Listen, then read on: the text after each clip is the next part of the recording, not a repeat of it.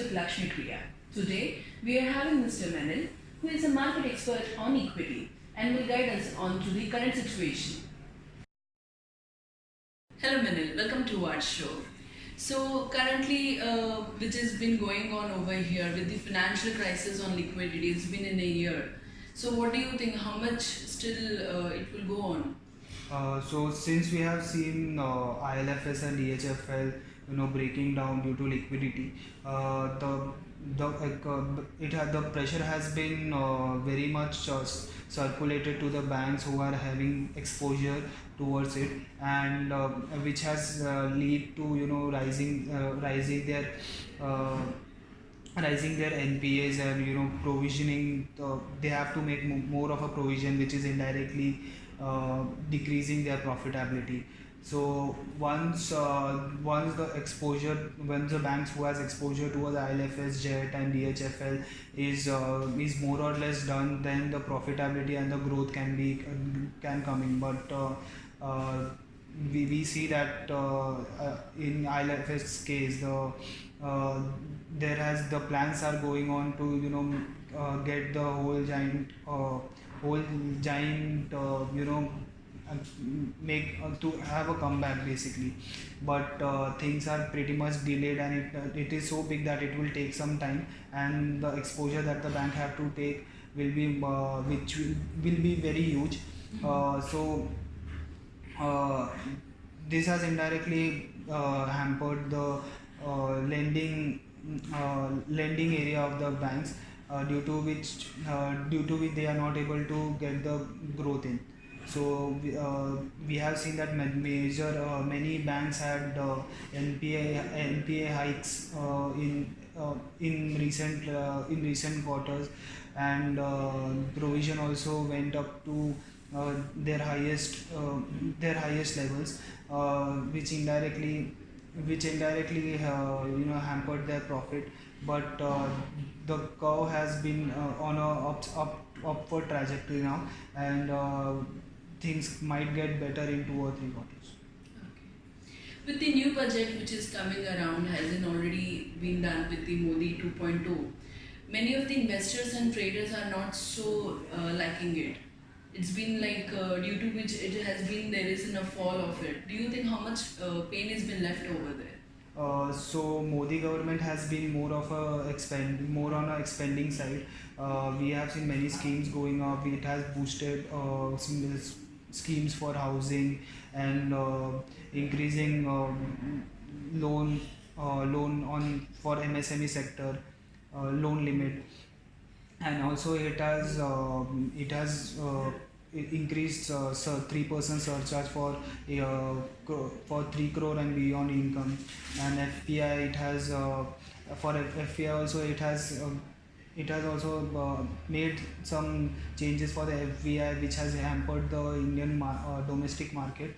And due to which the FIIs have been booking their positions in the domestic market, which has hampered their which has led to the correction lately. So if anything, if there are measures that can bring some ease in FPI decision that the government took in the budget, can lead to the index on a near 12,000 mark, or can cross by the year end. Now, going ahead with the quarters results which has been there, we'll go discuss about it in sector wise, right? For the banking, most of the banks have witnessed downfall. So, what do you think on their performance? So downfall was majorly because of the liquidity crisis that the NBFCs have faced since like a year back, and that has been continuing, and that is continuing and distressing the books. So now we see that most of the banks have already made the provisions, and they are focusing more on keeping their NPAs, with new NPAs on a very strict action. and already which is the oldest older corporate book and retail book, they are keeping on very tightly so that NPA levels stay at a very low level. So the starting so here we can look at banks who are raising funds and have a for diversified mix of raising fund, the banks who are having a larger CASA can have a lower rate of funding. And also you can look at banks which are having a lower level of NPAs and having and banks who have basically not shown a sudden up and down in wallet NPA basically, and banks who are keeping a very muted or a gradual growth in loan book can be seen as a investment for medium to long term horizon. So, what do you think about the recent cut done by the RBI? So, there would be any growth impact will be there? Yeah, so RBI has been increasing, is been decreasing the repos in an increasing manner. So it was 25, 25 and 35. So banks have been decreasing the savings bank rate, but that has kept the consumers or the depositors, we can say, at under, because the lowering savings bank rate has kept uh, consumers unattractive from depositing their money basically. So that has created a problem in raising funds. So now banks after the 3-4 rate cuts, now banks are targeting of reducing the lending rate, so lending can be picked up from here on. Let's move on to the next sector, which is IT. It has been, holding a large cap over here. So, what do you think? How this sector would perform? So most of the IT companies we see are trading at their top levels, and only the negative that stays among the sector is the visa issues and the employee, and also the dollar increase would be a comfort, because most of the IT companies are have their employees offshore, which would be giving a comfort on the employee cost thing, which is one of the major cost in companies for income statement. And overall the sector it has been performing since a year, and staying with large caps in IT would be a preferable than mid caps, which can see much of a volatility.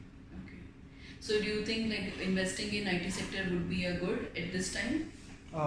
Staying It can be good, but only with keeping the exposure mainly towards the large caps would be preferable rather than mid caps, because there might be execution problem, there might be unsustainable dollar issue which can dent their margins.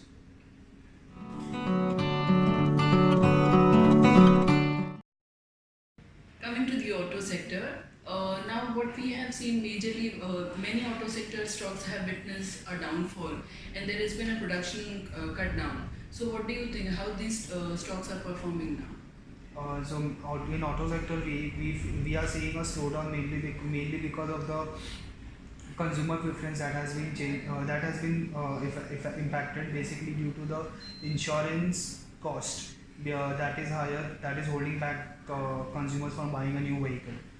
Second is raw material prices which are so high that they are impacting auto companies at operational levels. And the reason behind and the reason we are seeing a slowdown, so that is why the major companies like Maruti and a few more have declared a shutdown uh, for plans for a particular period to save their cost and also stop their inventories, stopping their inventories, uh, rather than being accumulated as inventories. So auto sector has been because we are seeing since there has been correction in many of the auto stocks, and um, auto sales number has been in negative territory for quite a few months. So good auto companies that are available at good valuation. Like we can see Hero Motocorp, and also we can see Maruti have corrected much and are available at a very good valuation for accumulating for 1 to 2 years of horizon. Okay, so do you think are these in this specific, are they available in the bargaining price? Yeah, pretty much because the recent correction in these stocks have got a good margin of safety, which can give a good room for upside. So let's move on to the another sector, which is on pharma. So how do you think how the pharmaceutical companies would be, facing this downfall, or it would be rising up? Yeah, so in we feel that we see that US FDA has been a problem is being a problem with China, and because of this, India is benefiting India is benefiting since majority of the pharma companies have their exposure in US. They are seeing a good demand from US market, and we can see companies which have a higher good pipeline of products in APIs, and good launches which are upcoming with good launches in APIs, and also companies which are spending more on R&D expenses for future API filing. So these companies can, and also the pharma has not been performing in last 2 years, and most of the and sector seem to be have at bottom, and we can see that for a 2 to 3 years of horizon, the it can be one of the star performer as an investment. It is a nice conversation with you, and we hope to see that market goes new all-time high. Thank you. If you like our video, subscribe to our Deal Money channel, and for regular updates, hit the bell icon.